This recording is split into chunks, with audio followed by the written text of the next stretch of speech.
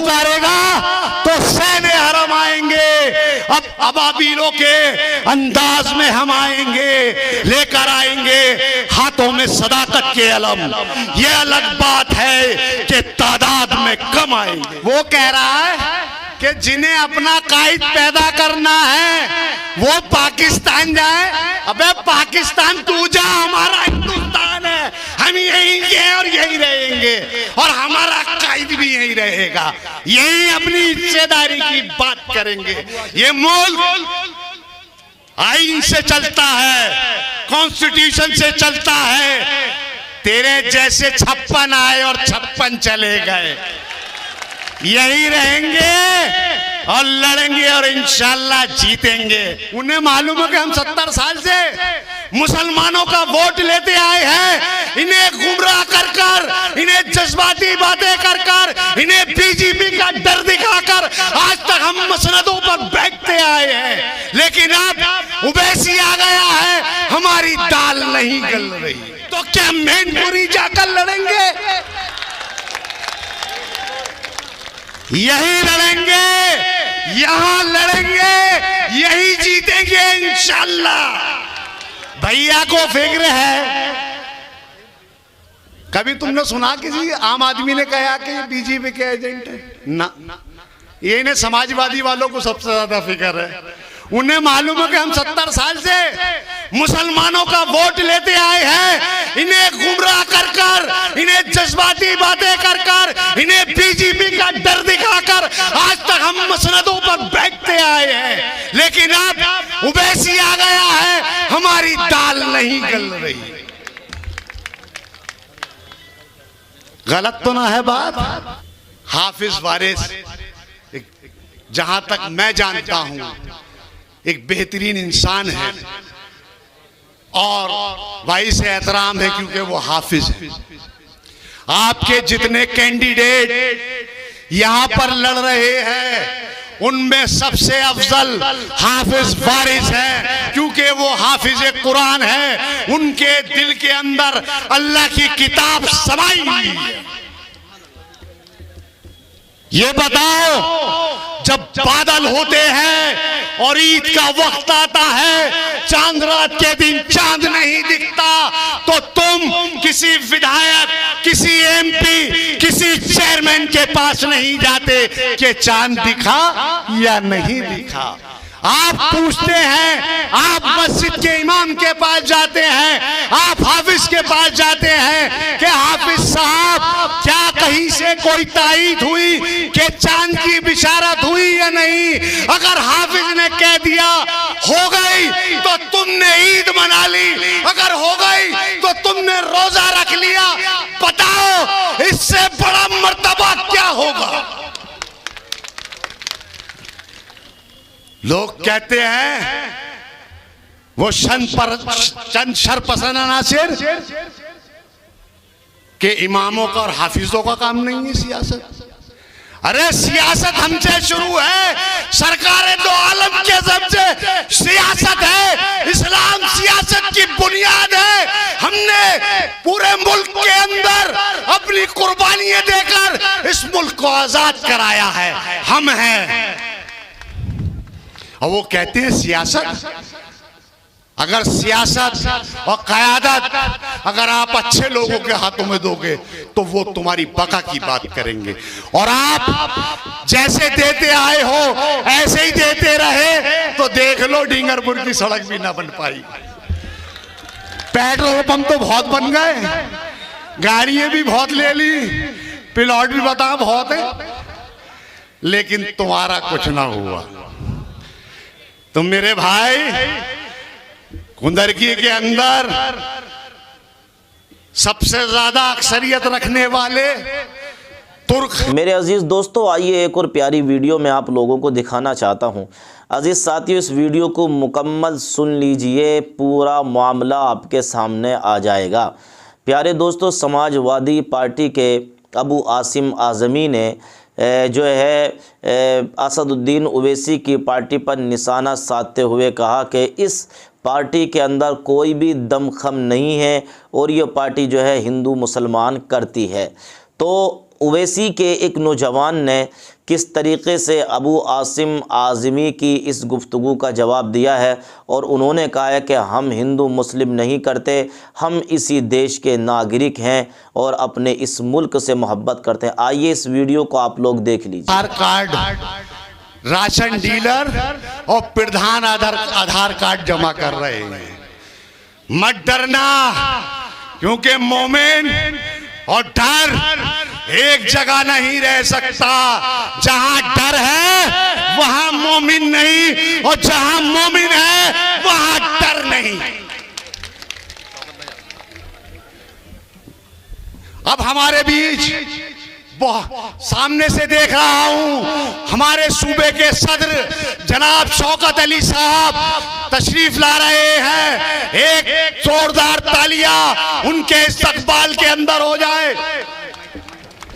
हाजी शौकत अली जिंदाबाद, हाजी शौकत अली जिंदाबाद, all India मजलिस इत्तेहादुल मुस्लिमीन जिंदाबाद जिंदाबाद, असदुद्दीन ओवैसी जिंदाबाद, असदुद्दीन ओवैसी जिंदाबाद, हाफिज वारिस जिंदाबाद, हाफिज वारिस जिंदाबाद, हाफिज वारिस जिंदाबाद, हाजी शौकत अली जिंदाबाद, हाजी शौकत अली जिंदाबाद, असदुद्दीन ओवैसी जिंदाबाद, असदुद्दीन ओवैसी जिंदाबाद, ऑल इंडिया मजलिस इत्तेहादुल मुस्लिमीन जिंदाबाद जिंदाबाद, ऑल इंडिया मजलिस इत्तेहादुल मुस्लिमीन जिंदाबाद, हाजी शौकत अली जिंदाबाद, हाजी शौकत अली जिंदाबाद, हाफिज वारिस जिंदाबाद, हाफिज वारिस जिंदाबाद, हाफिज वारिस जिंदाबाद, बटन दबाएगा पतंग पर, बटन दबाएगा पतंग पर, बटन दबाएगा पतंग पर, जीत गए वे जीत गए, पतंग जीत गई, जीत गए वे जीत गए, पतंग जीत गई, हमारा निशान पतंग, सबका निशान पतंग,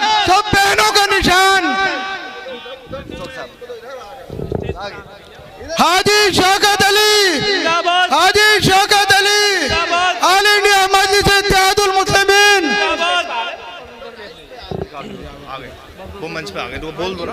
आ गए आइए चेयरमैन साहब अपनी बात जारी रखिए। एक वो जाने क्या नाम है उसका, महाराष्ट्र का जो वो दल्ला है, नाम नहीं मालूम मुझे उसका, वो कह रहा है कि जिन्हें अपना कायद पैदा करना है वो पाकिस्तान जाए। अबे पाकिस्तान तू जा, हमारा हिंदुस्तान है, हम यहीं के हैं और यहीं रहेंगे, और हमारा कायद भी यहीं रहेगा। यही अपनी हिस्सेदारी की बात करेंगे। ये मुल्क आईन से चलता है, कॉन्स्टिट्यूशन से चलता है। तेरे जैसे 56 आए और 56 चले गए। यही रहेंगे और लड़ेंगे और इंशाल्लाह जीतेंगे। मंच पर आ चुके हैं, बोल दो। सूबाई सदर जनाब शौकत अली साहब मंच पर आ गए हैं। उधर मत देखो पीछे, इधर देखो इधर। ये हैंगे आ गए। दीवानगी मालूम है, हमारे सदर की दीवानगी मालूम है आपको। जब 2014 के अंदर हैदराबाद गए, वहां पर ओवैसी साहब से मिले और कहा कि मैं चाहता हूं कि मजलिस का झंडा उत्तर प्रदेश के अंदर भी लहराए। तो ओवैसी साहब बोले वहां पर हमारा कोई जनाधार नहीं है, लेकिन इनका यकीन अल्लाह की जात पे था, सच पे था, हक पे था। ये वहां सर MIM की पार्टी का झंडा लेकर उत्तर प्रदेश आए। जब आजमगढ़ से कोई गाजियाबाद से फोन करता था कि हमें आपकी पार्टी ज्वाइन करनी है, पूरी रात गाड़ी चलाकर गाजियाबाद जाते थे और 4 लोगों को पार्टी ज्वाइन कराया करते थे। आज उत्तर प्रदेश के अंदर कोई जगह, कोई जिला, कोई गांव, कोई कस्बा ऐसा नहीं है जहां हाजी शौकत ना पहुंच गया हो। क्यों? कि तुम्हें बेदार करने के लिए, तुम्हारे हक के लिए, तुम्हारे लिए कि तुम एक परचम के नीचे आ जाओ। क्योंकि जब तक परचम के नीचे नहीं आओगे, तुम ऐसे ही पिटते रहोगे, जलील होते रहोगे। तुम्हें आना पड़ेगा। आज तुम्हारे बीच कोई सलाउद्दीन अय्यूबी नहीं आएंगे, अब तुम्हारे बीच कोई कासिम बिन ज़ियाद नहीं आएंगे, अब तुम्हारे बीच कोई नहीं आएगा। अल्लाह ने एक शेर तुम्हारे बीच दिया है जो दक्कन की पहाड़ियों से निकलकर ऐवाने पार्लियामेंट से लेकर हिंदुस्तान की गलियों तक तुम्हारी बात करता है। वोट समाजवादी को, वोट कांग्रेस को, वोट बीएसपी को, लेकिन तुम्हारे हक के लिए कोई नहीं बोलता। तुमने इस पार्लियामेंट के अंदर 27 एमपी जिताकर भेजे। बताओ किसी मुर्दार की जुबान से कोई अल्फाज तुम्हारी हिमायत के लिए निकलता हो?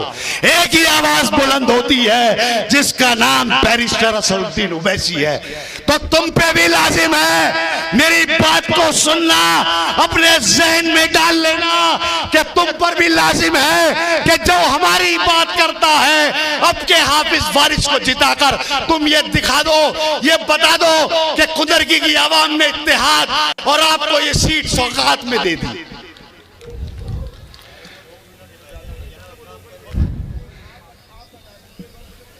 और कुछ जालिम ये सोच रहे हैं कि हम झूठ बोलकर, फरेब कर कर मुसलमानों का वोट लेते रहेंगे। नहीं, अब अखिलेश यादव तुम्हारे अंदर दम नहीं कि तुम मुसलमानों का वोट ले लो। अब पता चल गया है इस कौम को कि हमारे लिए बोलने वाला सिर्फ ओवैसी है। कर्नाटक के अंदर जब हिजाब का मुद्दा आया तो एक एंकर ने उनसे पूछा कि हिजाब के मामले में आप क्या कहेंगे? तो अखिलेश यादव बोले कि मुझे आवाज नहीं आ रही कि हिजाब का क्या है, आवाज नहीं आ रही। जब उन्हें तुम्हारी आवाज नहीं आ रही तो कह दो इस कुदर की विधानसभा के लोगों, बता दो कि अब हमें भी तुम्हारी आवाज नहीं आ रही। और बस मैं आपसे एक मौजूदाना अपील करूंगा कि आने वाली 20 तारीख को हाफिज वारिस को अपने कीमती वोट और अपनी दुआओं से नवाजकर ऐवाने विधानसभा भेजने का काम करिए। इंशाअल्लाह जब मजलिस का नुमाइंदा होता है। प्यारे नाजरीन, तो आप लोगों ने ये वीडियो मुकम्मल देख ली होगी और इस वीडियो को देखने के बाद आप लोगों ने ये अंदाज़ा भी लगा लिया होगा कि किस तरीके का यूपी में जो है चुनाव का माहौल गर्म हो चुका है और यहाँ पर किस तरीके का तनाज़ो चल रहा है। एक पार्टी दूसरी पार्टी पर किस तरीके से निशाना उठा रही हैं।